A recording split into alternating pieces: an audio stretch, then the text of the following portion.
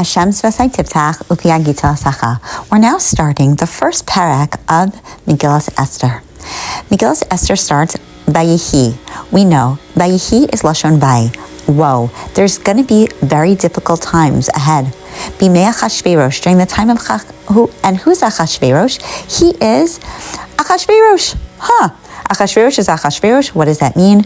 And that gives us a little bit of a historical insight as to who this man was. He was not an heir to the throne. He was not someone famous, but he usurped the powerful kingdom, and he took it over for himself. And as a result, he was very strategic. Some say he was an ineffectual king. We can think about it that way. But right now, let's consider that he didn't come from wealth, and he was Molech Mahodu Vad Kush. He was able to take from Hodu to Kush, the whole world. Sheva Esrim Umea Medina, 127 Medinos. 127? Where have we heard that number before? Oh yeah, that's right. Sarah Iminu, she lived for 127 years, and the Gemara compares them. And the Gemara says that Esther was able to be the queen for 127 Medinos because of Sarah, who was who lived for 127 years. What does that mean? That means we all have the potential inside of us. Sarah used her potential, and as a result, that potential is there. And Esther Hamalka was able to tap in when times were tough. She seized the moment the way that Sarah Iminu had seized the moment. And so for that, remember, the world, nothing ever completely disappears. It just reformulates itself. And here, the strength of Sarah Iminu reformulated itself when the Bnei Israel needed it the most. Bayamim hahim keshevas hamelach Achashverosh al kisei malchuto asher b'Shushan. Well, it's very happenstance. Why in the world is he the king in Shushan? So the Gemara talks about, you know why he was the king? Because he loved his throne. He loved his throne? Yes. He saw this amazing throne that Shlomo HaMelech had. Our Shlomo HaMelech, yes, he saw the throne and he wanted one too. And he tried to take it. And the lions of the throne roared and didn't allow him to take it. And as a result, he said, you know what? We're going to make another one. So he made one and it couldn't move. And so as a result, this king, again, coincidence? I think not. But as a result, this king had his royal capital in Shushan, and that was where our story starts. That's why he's able to meet a Mordechai and Esther. Isn't that amazing? We haven't not one mention of HaKadosh Baruch Hu, as we said, not one name of Hashem in the entire Megillah, and yet we have the Yad of Hashem, the hand of Hashem, pulling the strings, giving us chizuk. Nothing is ever forgotten. You do a good thing, 127, bam, it comes back at you. You want to be in the right place in the right time, Hashem makes it happen. The weirdest reasons, and it still makes it happen. Beautiful. He makes a party. He decides that the way to market himself to be an effective king is for everyone to love his kingship. And so he makes a party for 6 months. 100, wow, that's a lot of days. And after that, he makes another party for the people in Shushan to really hone in, to make sure that everybody is appreciating his amazing party. Wow. So he is eat, drink, and be merry. And he makes sure that he has an edict that says you should drink and be merry the way that you want. You should have the capability to choose how you want to live your life. That is the antithetical position to the Torah.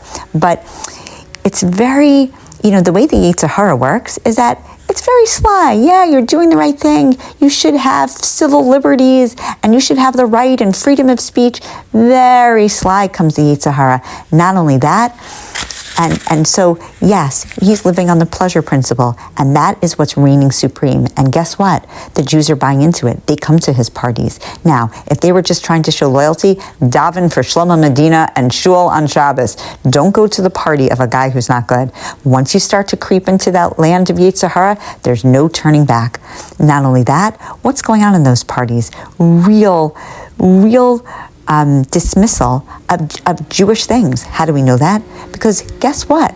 Haman is wearing he is, they describe Haman in all of these terms in a long way. Why? Because guess what? He is wearing Chor Karpas Utzchelet Achuz Chavle Butz Va'argaman and Galilei Kesef Amudei Sheish. Guess what? He is wearing the clothing of the Beis Hamikdash. He is wearing the clothing of the Kohen Gadol. Once you start to go down the slippery slope of pleasure principle, and you are the leader, then everything else gets tarnished. Everything else. The kalim of the Beis Hamikdash are being used for these parties. The big gadim of the Beis Hamikdash are being used in a very terrible way. And then it gets worse, because once you start to do that, once you start to take apart the fabric of Judaism, then now all of a sudden we're introduced to Vashti. Vashti is the Malka. She actually comes from royalty. Her father was Belshazzar. And interestingly enough, Belshazzar took out the kalim too, and guess what happened to him? He was immediately killed. He didn't understand the timing, and he made a mistake, and he was killed. Achashverosh literally doesn't learn from him. Literally, it's like gives his father-in-law and Vashti the finger and does exactly what he thinks he is way, way better. And Vashti is the Malka because she comes from royalty, but she wears it on her sleeve, and she is horrible to our beautiful Jewish women. And on the seventh day, what does she usually do? Well, what used to happen is that she would make the Jewish women go naked on the seventh day to embarrass them.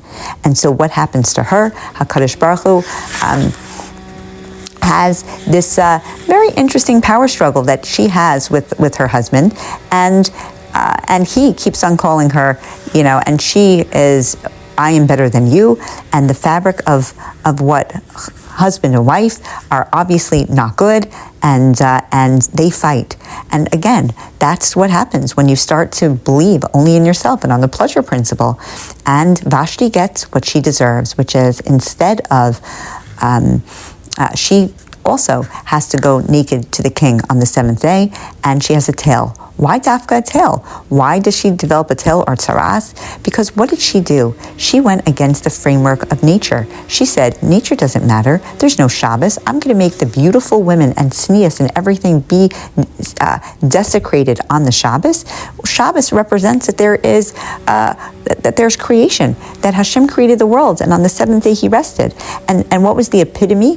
The highest level is that Adam and then Chava. And Chava was said to be the tail of Adam. And so what did she do? She desecrated that, and she desecrated their beautiful women. So she herself got a tail to show you don't desecrate creation. You don't ruin the fabric of what Yahadus is all about, which is the beautiful tzneya halechas and malakacha with women and beautiful women.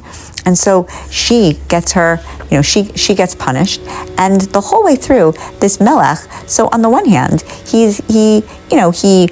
usurps the power, he makes parties to ensure that he's going to be the king, that no one remembers that he comes from humble beginnings, but yet in the end, he is ineffectual, because not only does he let everybody just eat, drink, and be merry, but he doesn't have a rule book, a guidebook, something to follow. Instead, he keeps asking.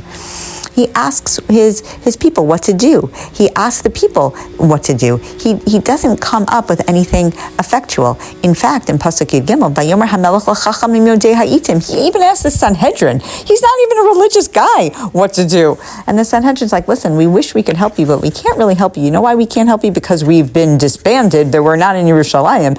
So we're not even the right people to help you. And ultimately, he is ineffectual. And in fact, that the ineffectuality of him is what ultimately we're going to see. He's able to send edicts. And what's the edict? That everyone should be able to do whatever they want, that every man should be in charge of themselves, that women should, what the women should do, and it just what his wife should do. And he doesn't have a set rule book and guidebook to go on. And so we see that's the leadership right now. And it desecrates all of what we believe to be true. And so when he has a difficult time with Vashti, it's no worry. It's no surprise, because Vashti's from Nebuchadnezzar, Belshazzar. She's from real people who meant what they said and said what they meant. But he is not like that. And he's trying to bring out his kingship, but clearly he's doing it in a way that is not helpful at all.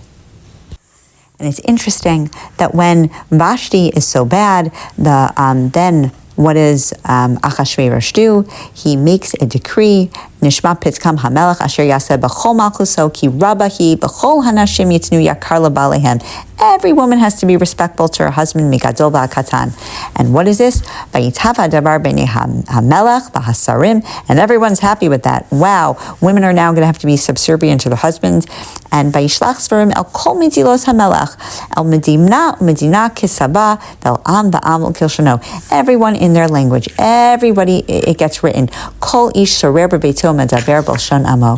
So how does he ultimately yield respect? Does he earn it? Does he do anything good for it? No. What he does, he decrees it to be so. And everyone in their own language, everyone in their own way, right? He is recreating a level of authority. Now, just speaking about authority, as we have mentioned, and this is just an interesting piece just to take into consideration as we're considering this sefer, and that is when you think about the different life.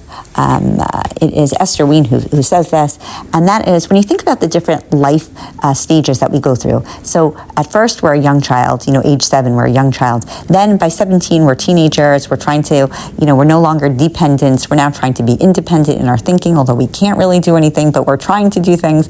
And then at 27 we're even more independent. By 57, no parent hopefully is telling their kid like, here's what you have to do, because it's a little bit strange. By then you should have internalized the message.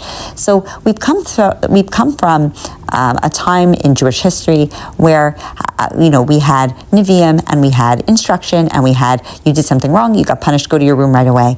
Now we're entering into a new phase, the phase of before the adulthood. And this is a phase where HaKadosh Baruch Hu is not going to necessarily make himself known, make himself present. His name is not going to be written. Why?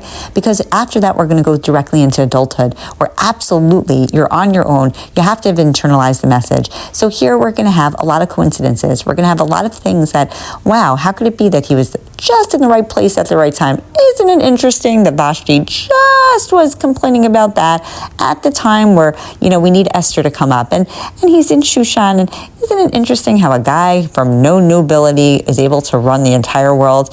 These are things where Hashem is really pulling the strings, but he's doing it in like a roundabout way, not in a way that's in your face like, child, you need my help, but rather in a way that says, child, you can do it on your own. I'm going to pretend to let you do most of it, but really I'm running the strings. I'm pulling everything from in actuality. And why? Because of the love that Hashem has for us, because he really believes. He believes, okay, you know what? I've taught you. I've given you everything. Now you could do it. I believe in you. So this story is on the crux of I can believe in you, but there's still a lot of interesting, so to speak, coincidences to let us know the hashgacha of Hashem. But I think it's very important to recognize that, what's going on here. A guy who is not following the derech of Hashem, really thinking and listening only to the pleasure principle, and not seizing the moment in a positive way, but seizing the moment in an effective way. We can't just listen to everybody around us and be subjected to all of the pressures and the Yetzer of the world. No, we have to listen to that internal voice, the voice that we were given, the voice that we were told, the voice that's going to help to teach us. And yes, it is hard, but we have to steer the course, know that Hashem is behind, gunning us to be okay, helping us along, and knowing that truly, true leadership, true control over oneself is when you follow in the principles of the Torah, when you don't get swayed, when you don't have lavish parties and live on that pleasure principle. That's exactly what we just came from. We came from a lot of Musar about that. And this story is going to highlight in almost a mashal-like fashion of what not to do, what to do, how to stick to the course, and how these characters really help us to be the best people that we can be.